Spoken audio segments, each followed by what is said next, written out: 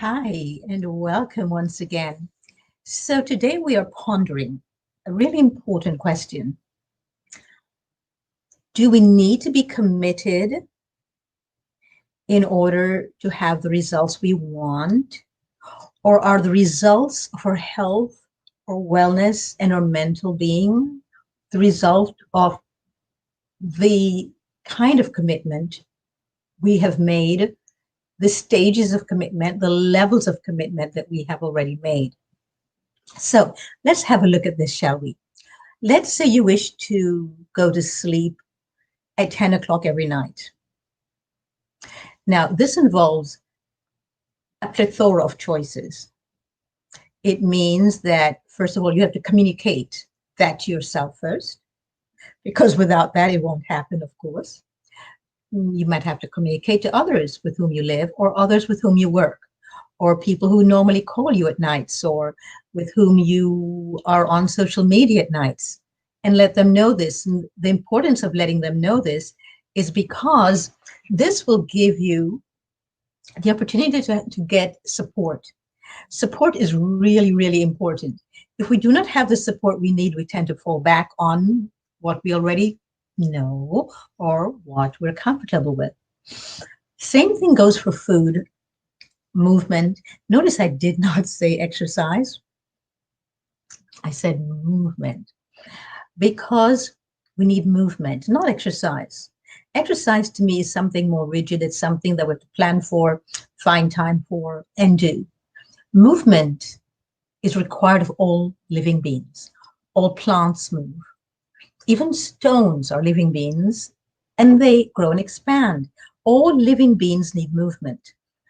It's interesting because in the animal kingdom and the plant kingdom, that's not even a consideration. No one has to think, am I going to go running today? Am I going to swim today? Am I going to go dancing?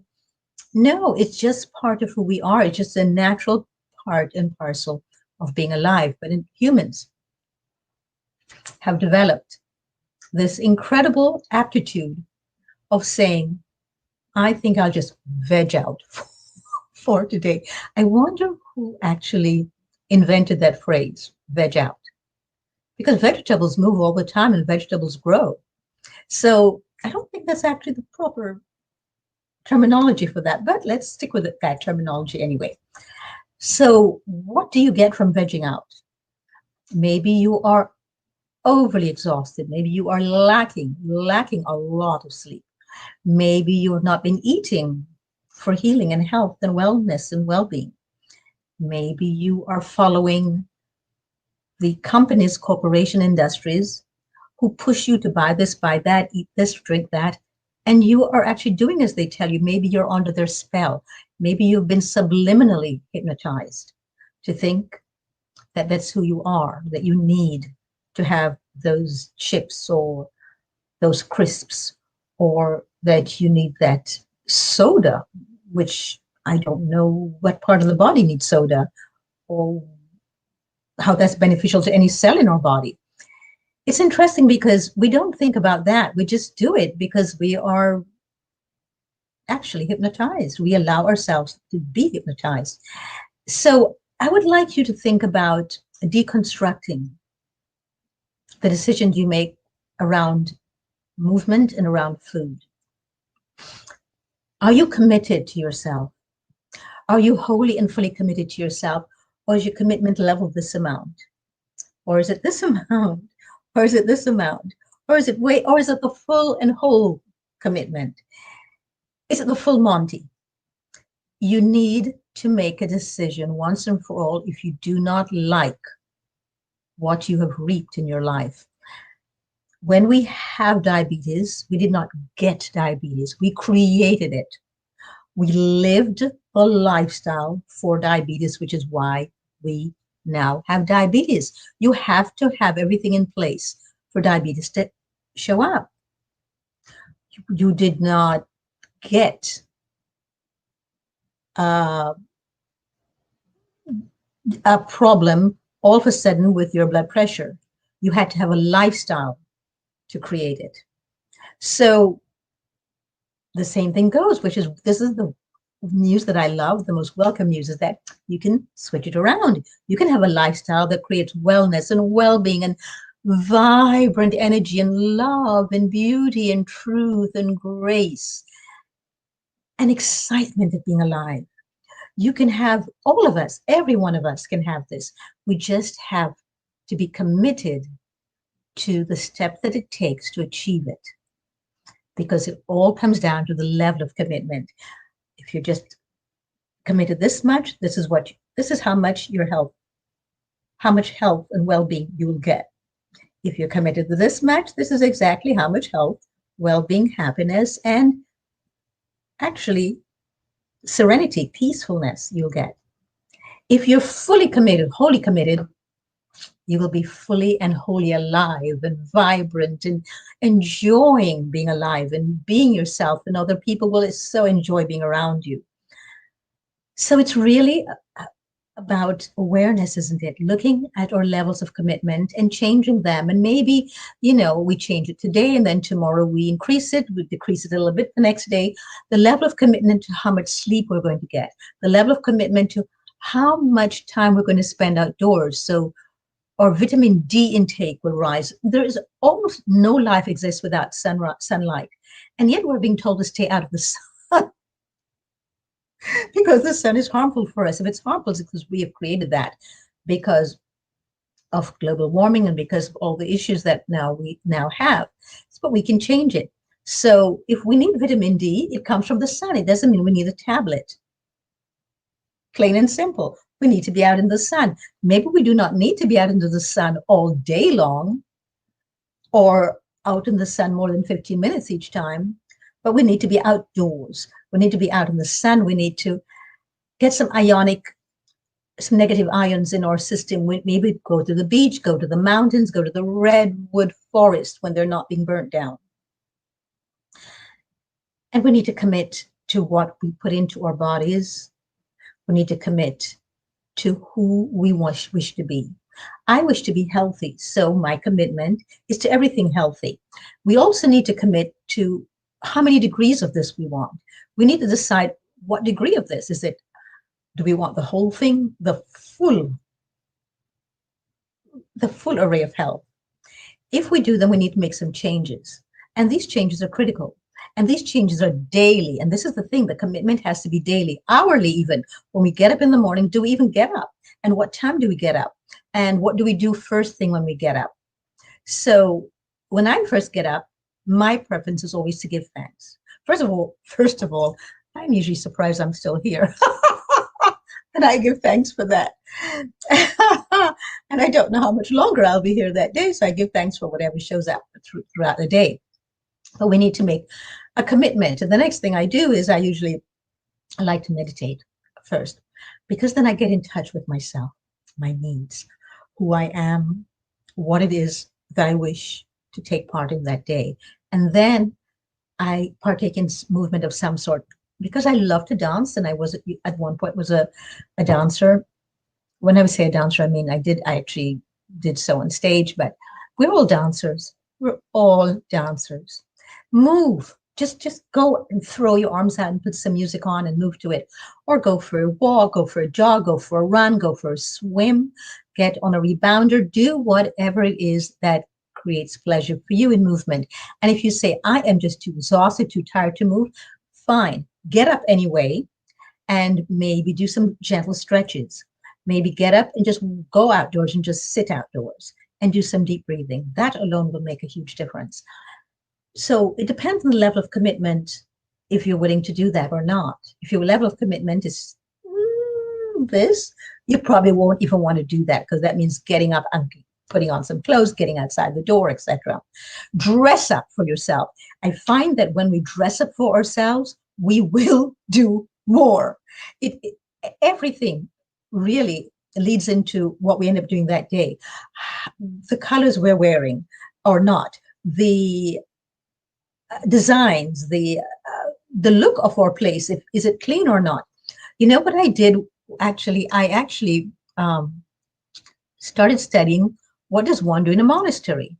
And I decided to do the same thing. And in most monasteries, the monks, or what I call monkettes, They get up, and the first thing they do is wash themselves, and then they meditate. And then they go and they some usually will have breakfast, a meal, partaken very mindfully, and then they'll go and clean. They'll clean the monastery, or they'll clean their rooms or whatever. Cleaning is really, really important. If we start the day out by cleaning the very spaces we're going to be using, like the shower, the bathtub, the counter, the wash basin, the kitchen, sink, whatever, it will make a huge difference. Or if we make our beds or we change the sheets on our beds, makes an enormous difference. Then we have to decide what are we going to drink or eat. But if we do this on a regular basis, after a while, we don't even have to decide. It just becomes automatic. So we can make decisions when it comes to food, and that depends on our level of commitment around food. Do I call this food? Is this what I'm going to eat during the day? What is this? Do you see anything that looks like nature here? And so package, some company earns that. Or do I eat a coconut, drink water from a coconut and drink and eat from the coconut? Or my favorite thing, by the way, in the summer to do. Or do I eat a salad with a lot of colors of the rainbow, with sprouts and microgreens and different colors that will soothe and delight my senses, and that will actually help me to give my microbiome exactly what it needs to flourish? Or do I eat a bag of chips? Or do I have coffee instead? Or do I make a smoothie or a juice? There are many decisions to be made, and depends on the level of commitment that day. And then there are tricks that one can use. For example, a lot of people say, oh my gosh, when I start eating nuts, I won't stop. Or a bag of whatever, I just cannot stop myself, popcorn, whatever. Well, it's not true. It depends on your level of commitment. And depends on what it is in. I found that this really works with my clients.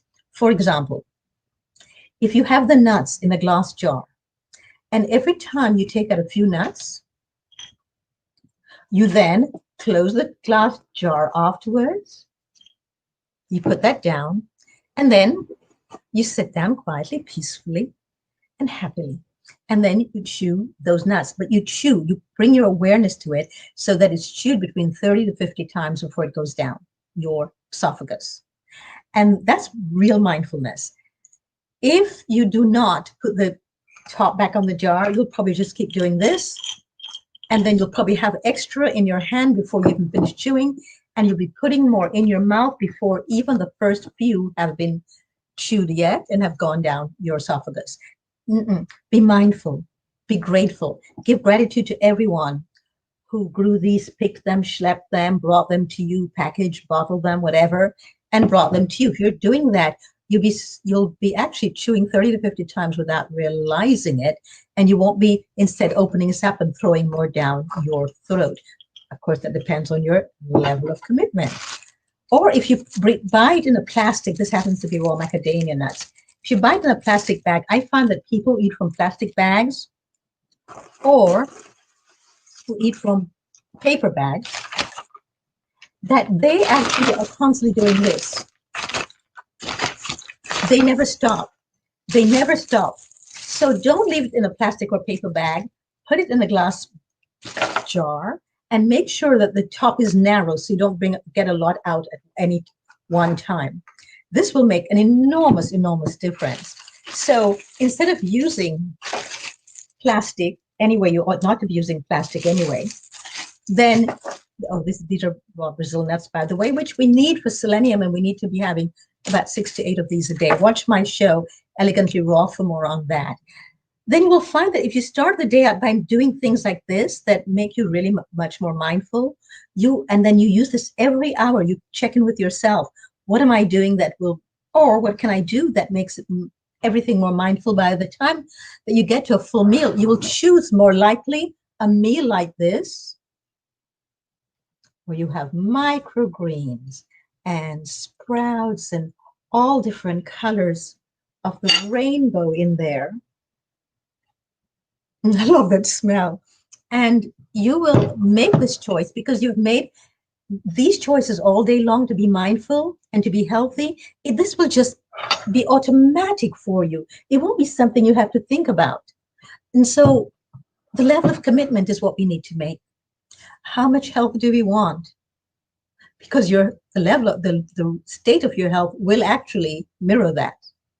So you need to pinpoint first what you wish your state of your health to be. It's interesting because most people never ask that of themselves. They just go, oh, I'm sick. I'm not feeling well.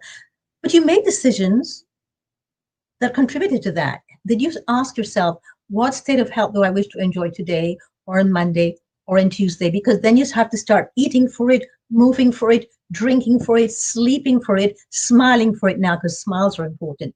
We need to smile more because it relaxes our muscles, it relaxes us, and the nervous system responds. We need to be kinder to ourselves. The level of commitment to kindness is important. One of the things that I say, and people tell me that has helped the most when I do workshops or when I'm on book tours, is that I believe this is one of my basic belief systems that the level of fear that grips us, the level of fear to which we have committed ourselves is huge. So we invest that if we invest the same amount of energy into kindness as we invest into fear, we would be so much kinder to ourselves first. First, we have to be kind to ourselves before we can be kind to others. It's just the law of nature, and that's just how it works. So invest in committing to the level of health you want, because that's the level of health you get. And then every decision either leads to the commitment or takes away from it. So you have the choice. It's really up to you. We're that powerful. And if you want to be ill tomorrow, then just know it's the level of commitment that you're making as to how much illness you want or how little of it you wish to experience. But that is very true. We make these decisions on a daily basis. This does not mean that if you're in a car accident or if you're walking down the stairs and the banister breaks or something is wrong, you missed a step, or the stairs, something is wrong with the stairs. That's not a level of, depends on your level of commitment. But because these things happen, accidents happen, I'm talking about your basic health, the health of your microbiome, the health of your brain, the health of all the cells in your body. That depends on you and on the level of commitment you're going to make to yourself and to them. So please join me in the land of huge commitments, of complete commitment, of whatever commitment level you're willing to now begin to explore and to expand on, or just to experiment with. But know that you are that powerful. Take your power back. Be responsible for your health. Realize that you have to create that lifestyle in order to get that result. So join me, won't you, on my show, Elegantly Raw, and here on this channel by subscribing, and by, if you would like to like the button, this video, please do so and share it. There are many people who need to hear this, and so thank you. And until next time, this is Doreet saying, be mindful, be grateful, be powerful.